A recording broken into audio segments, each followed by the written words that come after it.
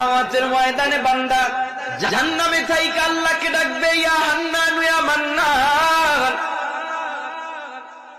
জাহান্নামে পইরা বান্দা জাহান্নামের কষ্ট সহ্য করতে না পাইরা আল্লাহকে ডাকতে থাকবে, ইয়া হান্নান ইয়া মান্নান। আজকে তো বান্দা দুনিয়াতে আল্লাহকে ডাকো না, অথচ কোন ইমানদার যদি দুনিয়াতে আমার আল্লাহকে একবার বানর বানানোর পরিকল্পনা চলে, এখন দেখি বানর বানাইতো না, এখন আবার ব্যাঙ বানানোর পরিকল্পনা চলবে। স্কুল এখন ব্যাঙ্গের লাভ হয়ে গেছে, স্কুল এখন কি হয়ে গেছে, ব্যাঙ্গের লাভের জায়গা হয়ে গেছে। এখন সন্তানদেরকে স্কুলে নিয়ে কি লুডুস রান্দা শিখায়, কেমনে ঘুমাইবো একজন ঘুমায় দেখায় আর সবাই তার দিকে তাকায় থাকে। মুসলমান কি বাবা মার কাছ থেকে জন্মের পর থেকে ঘুম শিখতেছে, কিভাবে ঘুমাইবো সব শিখতেছে, এটা আবার স্কুলে নিয়ে শিখান লাগে? এটা যাও তাও মানা যায়, এই ব্যাঙ্গেল আবার টিরিং টিরিং সাইকেল চালানো এটা কি কোনো মতেই মানানো যায়? কি বলেন? সব কথার এক কথা হলো, কখনো ব্যাঙ কখনো বানর। আপনার আমার সন্তানদেরকে ওরা চক্রান্তের মাধ্যমে, আপনারা যে আদমের সন্তান, আপনারা যে জান্নাতি পিতা একজন আপনাদের আছে, এটা থেকে আপনাদের নলেজ, সন্তানদের মেধা ঘুরায়া এরা আপনাদেরকে নাস্তিক মোরতাদদের মতো মানুষ ওই জানোয়ার থেকে আসছে এটা শিক্ষা দিতে চায়। ঠিক কিনা? অত্যাচারণ করেও কোরআনের বাতি নিবাইতে পারে নাই, সামনে পারবেও না। ঠিক কিনা? আওয়াজ করে বলে।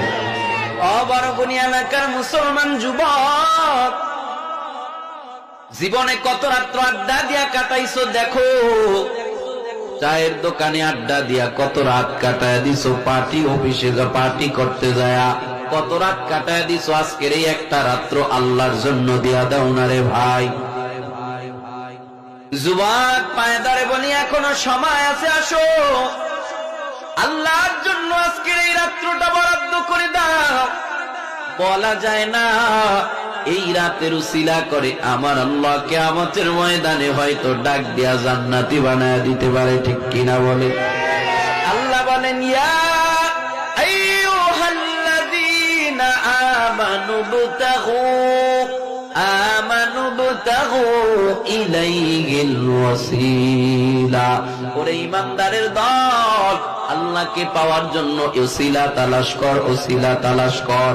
কোন না কোন ওসিলায় আমার আল্লাহ, ওসিলাটা যদি আল্লাহর কাছে পছন্দ হয়ে যায়, ওই ওসিলার বিনিময়ে আমার আল্লাহ তোমাকে আমাকে জান্নাতে দিয়া দিতে পারে।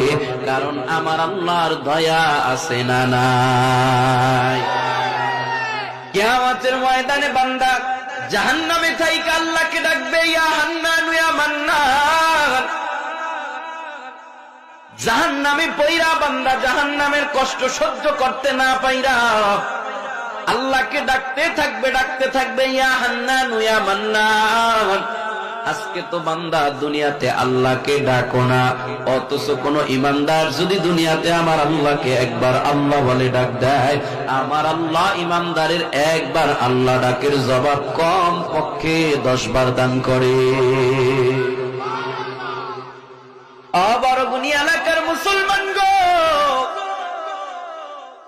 আল্লাহ জবান দিয়েছে আল্লাহকে ডাকো না, আল্লাহর দেওয়া জবান দিয়া দুনিয়ার সবাই রে ডাইকা খুশি করলাম, অথচ আল্লাহ তোমার জবানের দিকে কুদরতে নজর দিয়া তাকায় রইছে।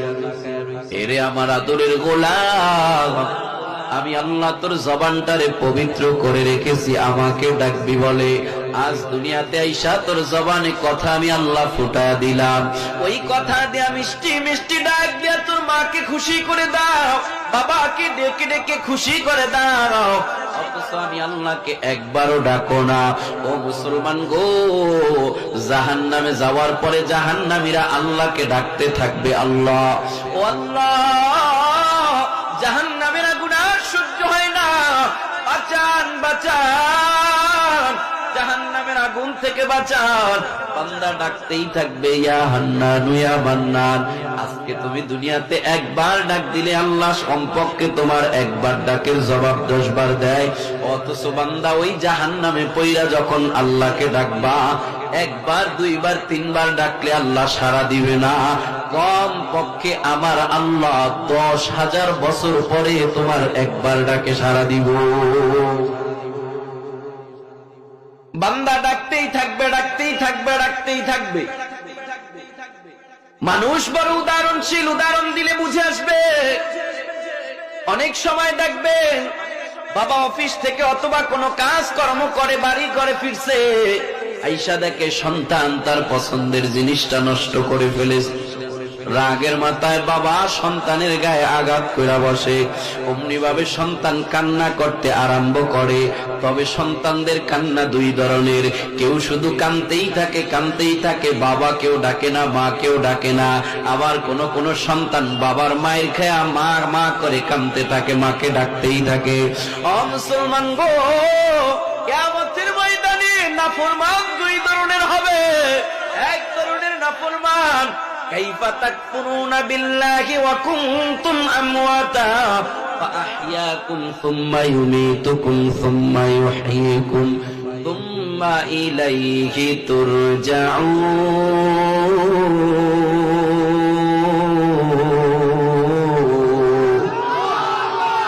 দুনিয়াতে আইসা আল্লাহকে কেমনে বুইলা গেলা? আল্লাহ বলে কাইফা তাকফুরুনা